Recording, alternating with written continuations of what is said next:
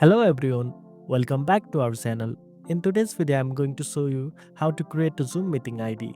Whether you want to host an online class, a business meeting, or just a casual chat with friends, setting up a Zoom meeting ID is quick and easy. So, let's get started. First of all, open the Zoom app and make sure you are logged in. Click on the new meeting button. This will instantly start a new meeting with the unique meeting ID. You will see an options to turn your video on or off before starting the meeting. Once your meeting starts, click on Participants at the bottom of the Zoom window. Then click on Invite. A pop-up window will appear and you will see the meeting ID displayed at the top along with the meeting passcode at the bottom. You can copy the meeting ID and share it with others to invite them. If you want to set up a schedule meeting with a custom meeting ID, go back to the home screen and click on Schedule. Here you can set the date and time and choose a personal meeting ID instead of randomly generated one. And that's it.